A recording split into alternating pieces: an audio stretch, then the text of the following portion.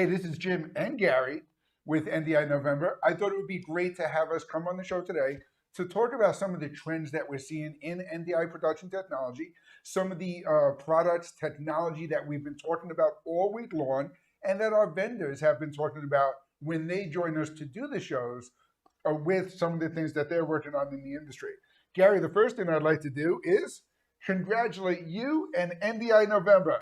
5 straight years we've been doing this segment. Yeah, we might be talking NDI for a week, but I feel like we've been talking about it for 5 years, and it's real amazing. I like to tell the story how when I was at NAB back in 2015, actually, I sat down with Dr. Cross at a new tech event, the new tech dinner, and I was always social with him. You know, he was one of our best vendors, and I've told this story on previous NDI Novembers, but I love it that, you know, he sat down with me, he asked me, he goes, what do you think is going to be more important, NDI or IP? And I had just been at an IP event over at Grass Valley where they were talking about that. So I told him, I said, you know, I got to think, you know, IP's not here yet, but I'm going to say 4K. He goes, you're wrong. It's both, and we'll never get to 4K without IP. And basically, he drew out on a napkin, which I wish I had kept, the entire roadmap for NDI, of which we've gotten to now. And the funny thing is that, you know, during COVID in 2020, when let's say NDI 4, NDI 5-ish, 4.5, Yep. adoption was racing so far ahead of the technology. Yes. That you really see that, you know, 5 patched a lot of things. With 6, they really caught up to where NDI is where you'd expect it to be, where we were in 2019 for video production. So not just the IP part of it, but the actual video part of it. We're going to talk about that a little bit next, I think. Absolutely. And I think one of the things that has really happened over the years with NDI is we're hitting a point where the video quality has gone up, but the bandwidth usage has actually gone down, therefore creating this perfect scenario where the latency is even lower than ever before. 100%. It's the perfect world where this IP technology is really usable across the platforms. And when we talk about that high efficiency bandwidth, we have to talk about some of the differences between full bandwidth NDI, NDI HX, which a lot of you knew as NDI HX2 now, and then of course the latest version, which is NDI HX3. Gary, you want to start with a quick overview? Yeah, I want to start with a bigger overview, which is that around the time of NDI HX2, kind of NDI got out of the barn a little bit. There was a lot of people making products, especially PTZ cameras, that were said they were NDI, but they were NDI-ish. Right. And I really want to stress that if the product doesn't say NDI HX2, HX3, or full NDI, it's probably a quasi-good implementation of NDI. You know, I like to say with NDI HX3, the NDI people set a bar now of which to get that certification is very meaningful. You really have to have achieved a certain level of integration with the NDI, and it's really the way to go. But full NDI is not dead. It's HX3 has gotten so low latency that you really don't need full NDI for a lot of things. But still, if you're doing a live sporting event, like if you were going to do like an NHL hockey game or an NBA game, I would say you probably, if you're going to cover the action, want full NDI. But if you're just going to get an announcer or a referee cam, that's where, you know, HX2 or HX3 is more than enough. And I think it was sometime around the NDI version 4.5 where they started talking about HX as one of the bullet points within the latest NDI rollout. So NDI 6 that we're looking at now, NDI HX3 is a part of that. Right. It is a different certification, a different standard, but you do have the full bandwidth being developed alongside the high efficiency bandwidth. And on the one side, you're getting support for things that require like HDR and remote production workflows, right?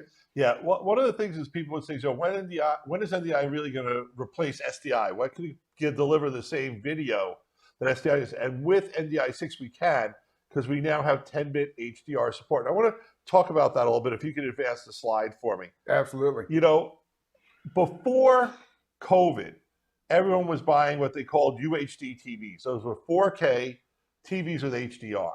And if you go into your local Best Buy or consumer electronics store, one of the demos they'd show you is they'd say, here's the TV in SD, here's the TV in SD with HDR, and they'd say, here's the TV in 4K, and here's 4K with HDR. And a lot of people, especially older people, you know, I'm not saying real old like me, but even people in their late 30s and 40s would say, the HDR looks better than 4K with standard color depth. And what happens is that extra color makes our eyes see more contrast, which gives us that color depth that makes us see a sharper image, even though the actual amount of pixels hasn't changed. So I found it real impressive. What I noted was last year, around the end of the NFL season, the beginning of the NFL playoffs, I have DirecTV. So it always said, do you want to watch the game in 4K? And I click on 4K prior to that, and I can tell this is not 4K. It's up-res. It would color shift. It just wouldn't look right. It would actually look worse than the SD signal to me. All of a sudden, the NFL playoffs this year, I pop on the TV, it's HDR, and it pops. And now every time I get asked to go 4K, I do. And I think we have to make image quality as important for live streaming and the live production workflows for everyone. And with NDI HR support being there now with the 10-bit color space. Hey, and Gary, let me just say too, I know one of the guests you had on the show was Jeremy with Attendees. Yep. So having that HDR capability in NDI 6 now is also enabling additional products to now come into this NDI production workflow too. Yeah, it's Atmos is the cinema stuff, Yep. for cinema cam and stuff like that. And those guys take color extremely seriously. Yes. So it's real important for them that they can have that color space that now they can use NDI. And what they're really doing creatively is now I can have anyone, as I talked about with Jeremy, who's attached to their connected platform, can be viewing and monitoring not just the video image, but actually the video color with that 10-bit color space in HDR. So we've come a long way, and I'm really excited about it. And really, at this point, if someone says, what's the difference between NDI and SDI as far as video quality, my answer is there really is no difference. The compression is so clean and so good. You can't see it visually with the eye. It's visually lossless. Right. And now that you have the 10-bit color space, it's just wonderful.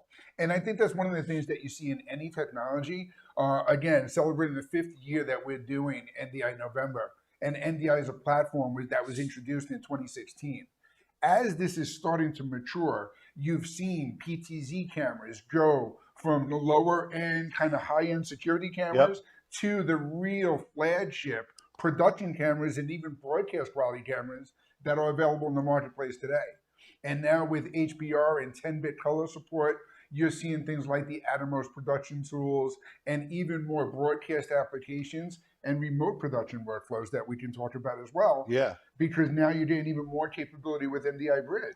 Yeah, and as I discussed with Chris Burgos on our show the first day, what Bridge is now it's not just Bridge. Bridge is now integrated into hardware. So you can have a PTZ camera that has NDI 6 and Bridge is in it. So you can be an endpoint for Bridge. So if I'm doing a remote production, if I just ship that camera to, let's say I'm bringing in a military analyst who's in a hotel room that he can't get out of because he's traveling or maybe he's sick or whatever, all I have to do is send that camera.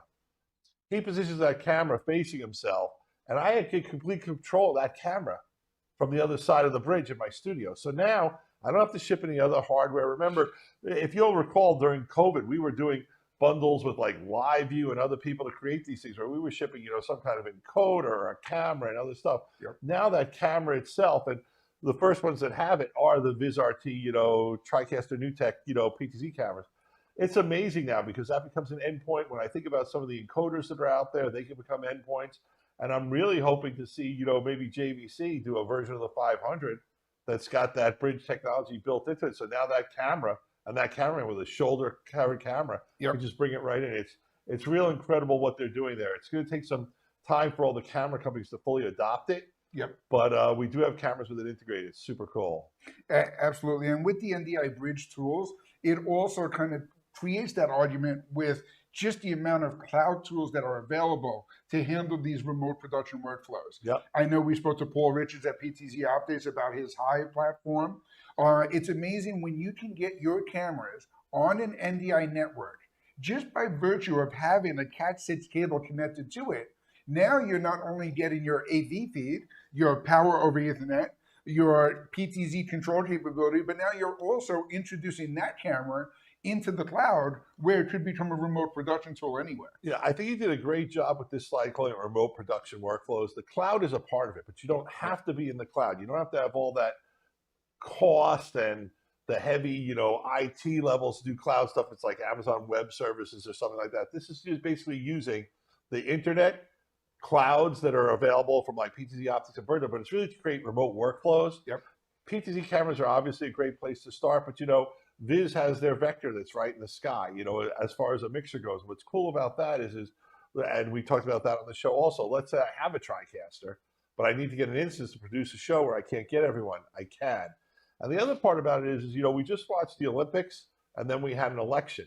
Right. And it's amazing how many times you thought people were somewhere and they really weren't. They were really in a studio. If it was sports, it was probably somewhere in Connecticut. It was the election, it was probably in Washington, D.C., but you still could make it look like you were anywhere in the world for the talent to be like you or I.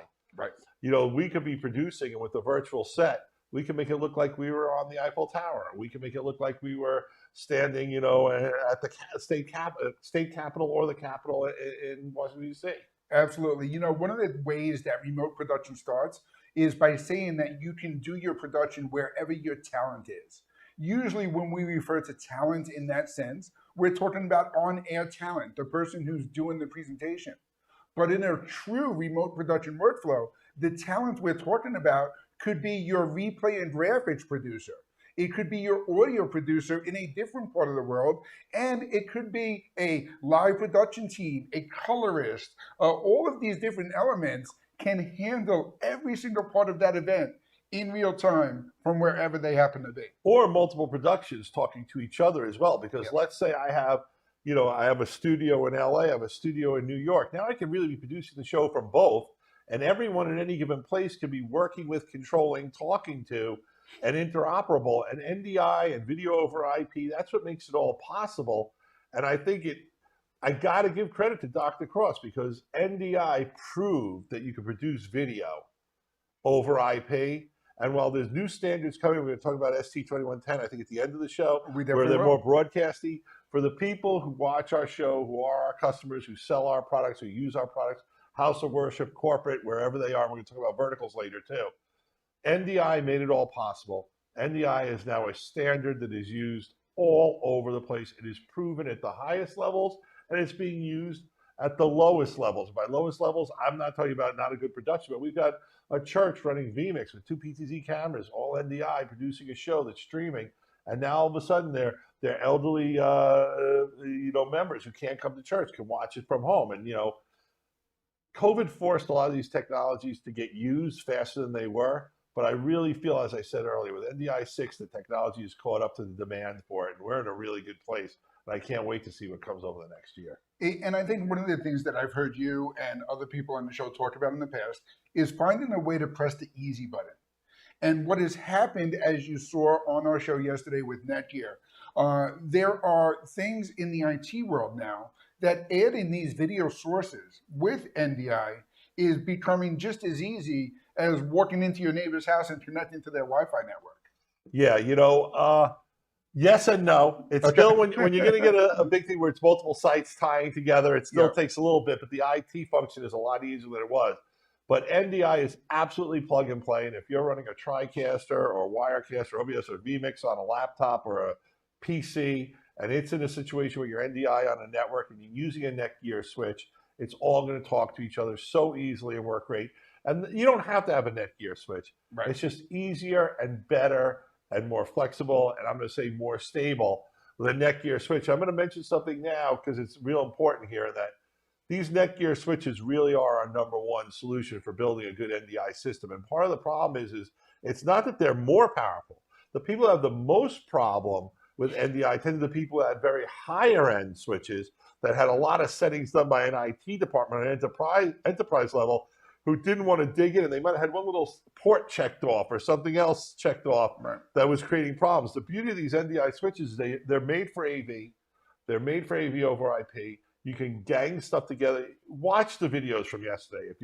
If you're at all concerned about NDI in your IT infrastructure, watch the videos yesterday with Netgear. They were just so spot on. Those guys rocked it. They made my job so easy. Absolutely. And if we're going to talk about the remote production workflow and how by just connecting your camera or video source to your network, it gives you all of that control. The other thing that's going to happen is you're going to want Vista over IP control for your PTZ cameras, the Canon XC control protocol, Dante audio. When it's the same Cat6 cable running to all these different devices, you're going to hit an application where you're going to have different IP networks and protocols all kind of competing for that bandwidth. Yeah. NDI has done a better job of playing well in that sandbox, right? With NDI 6, we've done a great job. We're really cooperating with those other things. And the thing to keep in mind is NDI is video and audio control and everything together. Right. All these other ones are great, but none of them are nearly as heavy. Dante's audio. Audio is so much easier, as far as to compress and run over the network. Canon is really control protocol. Right. Where SRT is just video and audio, it's really a one-way path, whereas NDI is a two-way path. So it's great that everyone's playing with each other nicely, and we love it, and we love all these other type of technologies. The beauty with getting back to a Netgear switch is I can set up independent VLANs for each of these so that none of them are interfering with each other, or I could choose not to and intentionally have them cooperate with each other. But I'm big fans of Dante. I think you're going to see audio. I think next NDI November, our main topic is going to be how far audio's come. Dante integration will be a part of that conversation. So will be just NDI audio in general. They've really put the focus on that. With 10-bit video and the HDR, they got the video part nailed shut. Now they got to really get the audio so people have that same audio experience. Absolutely. And then the other one that comes up all the time is the new SMPTE ST2110 standard. Yep. Before we go into the comparison, since it is NDI November, why don't you explain just a little bit of what ST2110 is and where that would fit into an AV over IP? Cool. workflow? Well, you see the letters SMPTE, which we call SMPTE. You're right. SMPTE really is the organization that sets the standards for television, broadcast television, all over the world. Right. So this was a standard that wanted to be set up when everyone said, we're going to go to IP. But there's got to be a standard where we can all play together in the same playground, everything can interop and work correctly together. So ST2110 is truly a broadcast standard. Now, it includes NDI, and NDI works with 2110, and there'll be 2110 to NDI bridges to bring stuff in, but it's really more of the broadcast level of a video over IP. So a way to simply think about it, this is a great comparison chart, which you guys did great, but I can think about it, if you think about 10 years ago, I would say HDMI was like the prosumer version of transmitting HD signals. Right. But if you're a broadcaster, you had SDI, Yes. and you had 3G SDI, and I kind of think that NDI is prosumer light broadcast. ST2110 is truly the broadcast standard. It takes a lot more bandwidth. Right. Where we're talking about gigabit pipes, this is based on 10 gig and 50 gig and 100 gig pipes. Right. It's based on having IP level infrastructure and redundancies that an enterprise or a broadcaster would use. It's set up to start at a scale that NDI gets up to. That's kind of like where it starts, Right. So you're not going to set up a auditorium in a middle school with 3 cameras, 2110 yet. Now, eventually all this stuff will blur together and it'll all come together, but NDI is definitely a great way to go. The other thing is that, NDI is using different compressions. 2110 uses those compressions plus uncompressed. Right. The only people who need uncompressed are the highest level of that broadcast pyramid, because what we found is even the broadcasters have discovered that, the compression in NDI is not a problem. It is not a problem anymore. It is more than acceptable for broadcasters. Absolutely. And you'll see that there is definitely a place to have that conversation about the ST2110 workflows. It usually is that motion picture industry, broadcast studio productions. If you're broadcasting the ball drop on New Year's Eve from Times Square, you're going to have an unlimited budget, and you're going to want to make sure that you have those tools that broadcasters have been trained in to use. If you're setting up a podcast studio, school, house of worship, NDI production is going to give you all the capabilities that you need with no problem at all. And this is where we can talk about some of the different strengths and some of the different verticals. The ones we talk about all the time: house of worship, education, corporate AV. But there are some new and exciting ones coming as well, right? Yeah, we're seeing NDI penetrate into healthcare now. Yep. Well, healthcare, if you've ever been in a hospital or medical facility, they're videoing everything. It could be a video diagnostic tool. It could be telemedicine. It could just be a video of an operation for training and teaching staff. And NDI means the hospital can use the existing pipes that they have, that they're wired with NDI already.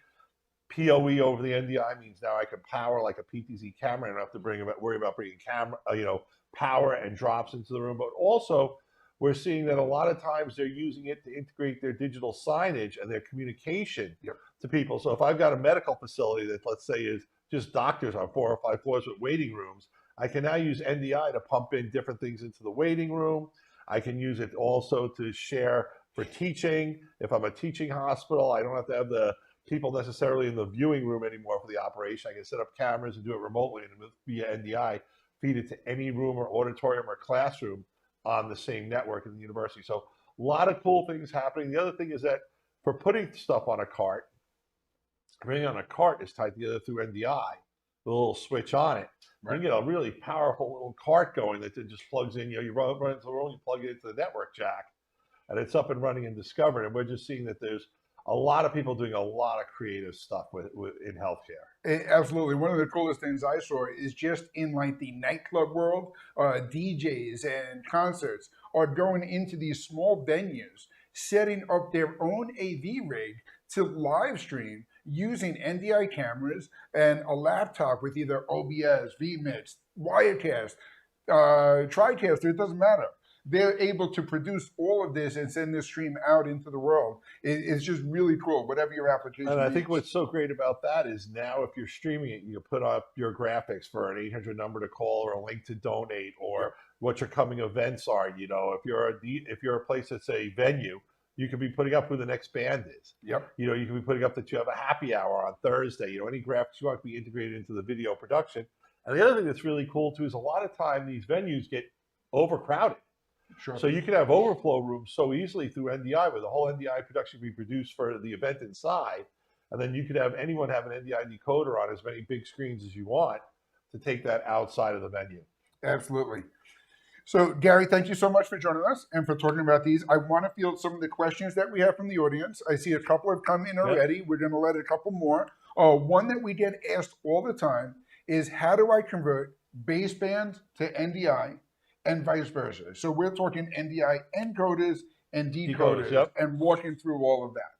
That's been something that has been an integral part of NDI since the beginning. The first encoder decoders we had were for Bird-Dog, Kiloview, AJA, Madrel. A lot of people make the converters, you know, TriCaster, NewTek as well. Yep. Basically, encoding means you're going to take it from baseband, HDMI or SDI to NDI. Decoding is the opposite, where you're going to take a network jack and now have HDMI or SDI out to plug into a TV or whatever you want. It works great. It's seamless. And we've got products that do this, that do the encoding and decoding. We've got products from Kiloview that let you manage all those different signals in a facility. Absolutely. And one of the things I want to point out with that as well, because I know it's a question that came up earlier in the week, and that's in a house of worship where iMag is used often. A lot of these cameras and video sources now have multiple simultaneous outputs. So you can take that camera feed and go into your NDI network very quickly and very easily, and then still run a home run SDI cable to your iMag with no latency whatsoever in those applications as well. Yeah, absolutely. And a lot of people are doing that. A lot of our PTZ cameras will pass through a signal now also. Absolutely. So Gary, one of the questions that came up while we're talking today is someone is asking if there is any NDI specific training available out there. And I know this came up with Roberto on day one, and we talked about it. I think the answer is you have to be a little patient right now because they're completing the NDI.video website and they're taking all of the tools that NewTek had available and they're repackaging them, updating everything to support NDI 6. And there is going to be a VisRT University and resources on NDI.video that is going to answer a lot of these questions. Yeah, plus if you just watch 5 years worth of our NDI November, there's a lot of learning to be there. But also, I went to my first InfoCom. You know, you'd been to a couple before. It was my first one. One of the things I was really impressed is how a lot of the attendees go there for the Avixia training, not just for, you know, the exhibit floor. So I've really put a lot of pressure on the folks at NDI to say it would be great if they had a certification program where they could do through an organization like Avixa. Yep. Did I pronounce it right? Avixia? Avixa, yep. And, you know, that people can go to InfoCom because the AV world is definitely becoming an NDI world. Our world is NDI. So by next NDI November, I'm going to predict that one of the gifts you'll be able to get is a scholarship to NDI University. But I don't want to jump the gun so far yet. Yeah, no, and you bring up a great point with the VITSA, because I know there are a lot of manufacturers in the industry that are doing some of these training sessions that do offer CTS credits for the professionals that are looking to get that level of certification. But from just a prosumer, consumer point of view, there are tons of great resources. You mentioned the videos we've put together. Netgear has a very active YouTube channel, and one of the playlists on their channel is how to set up the Netgear Pro AV switches. So you can go through that and have Laurent and some of the other technical team really walk you through some of the setup and find quick little tidbits on how to benefit you and how to set up. Yeah, on the IT networking side, definitely you want to go to the Netgear website and their YouTube. Absolutely. And that also segues into some of the other questions that comes up as far as support and just helping to get your system up and running. Obviously, your first line of support should be the resellers who are setting you up with the equipment. If you're talking to any of the system integrators that we've had join us throughout the week, they are an excellent resource to make sure that you not only get the right gear, but that all the gear operates together and that they get you up and running before they leave and they walk out. Sometimes they have additional training and support services available as well. We have a huge network of system integrators across the country who can help you. If you're looking to take that DIY path, you can go to the manufacturer's websites, YouTube channels, any of the resources like this, and pull all that together. YouTube's your friend on that. NDI November is your friend on that. And then there's just a lot of, I'll call them influencer type guys who use this equipment, who review it and give you tips. Anthony Barocas is a guy I know on YouTube who does a great job on NDI products. Absolutely.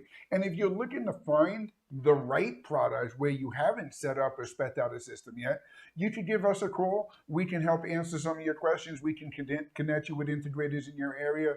We have a huge resource that we can help lead you down that right path as well. Let me just scroll through here. Another question that has come up is regarding NDI tools. One of the topics that has come up a lot throughout the show is using NDI tools to send a feed like we do with our presentation. Is that really just a free download from? 100% free. There's more tools than that. There's tools that it's a great resource to go to. And I know we're trying to sell you a TriCaster. That's kind of what our business is about. But if you're using vMix or OBS or Wirecast, you should be downloading and installing NDI tools on that computer and any other laptops you want to work into. Things for like monitoring, scan converting. It's so good. The NDI tools are absolutely free and they are updated constantly. It's the way to go. So when you are setting up an NDI production system with a software program like OBS, like vMix, and even TriCaster now is releasing a software product, how much computer bandwidth, speed, and power do you need to support these workflows? These workflows now need CPU and GPU. Okay. So, and HX type stuff, and there's compressions that have to be decompressed, Right. So that question is a kind of trick question, but I'm going to say is you're going to want an i7 level PC. I'm going to talk about PCs now, not Macs. I'm really a PC guy. Okay. You're going to want 32 megs of RAM because you're going to be keeping Windows open. Sure. And then, as far as graphics goes, and I want to say you could also get like a Ryzen too. Those AMDs rip through. I'm not against them at all. But you want to get NVIDIA graphics for sure, because a lot of people are tapping into that NVIDIA graphics to do a lot of the encode, decode, and some of the heavy lifting that's in those products. And that's the way to go. We're going to be getting more into those specs after the TriCaster S software releases, because we're going to list some specs that we recommend for, someone who wants to build their own box, or we'll hopefully have a white box available for people that's a little less expensive than getting, one of the big threes, workstation type products. But we're really excited about that. One of the things I want to stress is, once again, your network can become your bottleneck. So you want to make sure that you've got a network that's got an adequate switch that can do the job, and 1G connections, Cat5 or Cat6. You want to make sure that you're not running into network issues. Absolutely. Another question came in is, are you able to control Blackmagic cameras? Blackmagic, as far as I know, does not support NDI. Yeah, they do not speak NDI. So you can take the output of a Blackmagic camera, HDMI or SDI, and have it come in to be used as a camera. but there is no ability to control that camera. Now, the flip side is on a cinema level, look what Canon's doing. Canon has their own protocol that complements NDI, so you can work with Canon cinema cameras and actually control them Right. to, from your TriCaster or from your, over your network. So they're a little bit farther ahead in NDI. Blackmagic, I believe, is part of ST2110. I think they're just transmission and receive right now, but Yep. they'll get there. Absolutely. And that's an important thing to look at too, is you're always going to look at the devices that you have available to you, the devices that you're looking to invest in, and then the workflows that make them all work together. If you're heavily invested in an SDI production workflow, it doesn't mean that we're telling you to go buy an encoder and turn it into an NDI production workflow. It may mean that you're going to slowly upgrade and get that path so you can benefit from the scalability of doing NDI in the future. 100%. There are people who have, just a laptop that has no I/O, so NDI plays great. Or there's also churches that might have an old rolling mixer. And I'm using that as an example that they're producing their live show in the studio with. Doesn't mean they can't take the HDMI or SDI of that into an encoder that now runs into a laptop that now can be adding graphics and stuff for the stream and doing the streaming via OBS, vMix, or Wirecast. Absolutely. Gary, I am going to let you go, and I'm going to ask James from our production team to join us to answer this next question about the gear that we're using in studio today.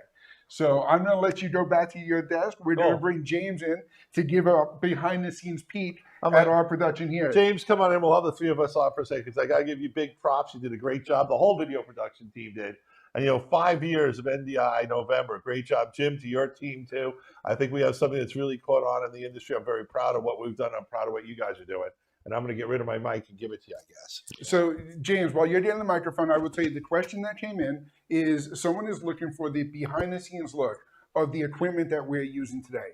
I've already mentioned that we're using our laptop driving the presentation with NDI tools to our TriCaster production system. Yep. Can you give us a little bit of a behind-the-scenes tour of the studio, some of the cameras we have here, some of the other NDI stuff that we're using? Yeah, sure. So we're actually using a completely NDI workflow. We used to have a hybrid where it was SDI and NDI, but we completely switched to NDI. We actually have 3 PTZ optics Move 4Ks in our studio that we use as our primary cameras.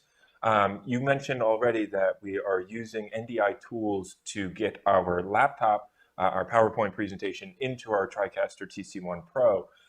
We also use NDI tools for NDI webcam when we use Teams. So anytime that we've had a guest on for any of our shows, we've actually just had them guests join a Microsoft Teams call, and then Teams also has an NDI output with isolated audio, which makes things very nice.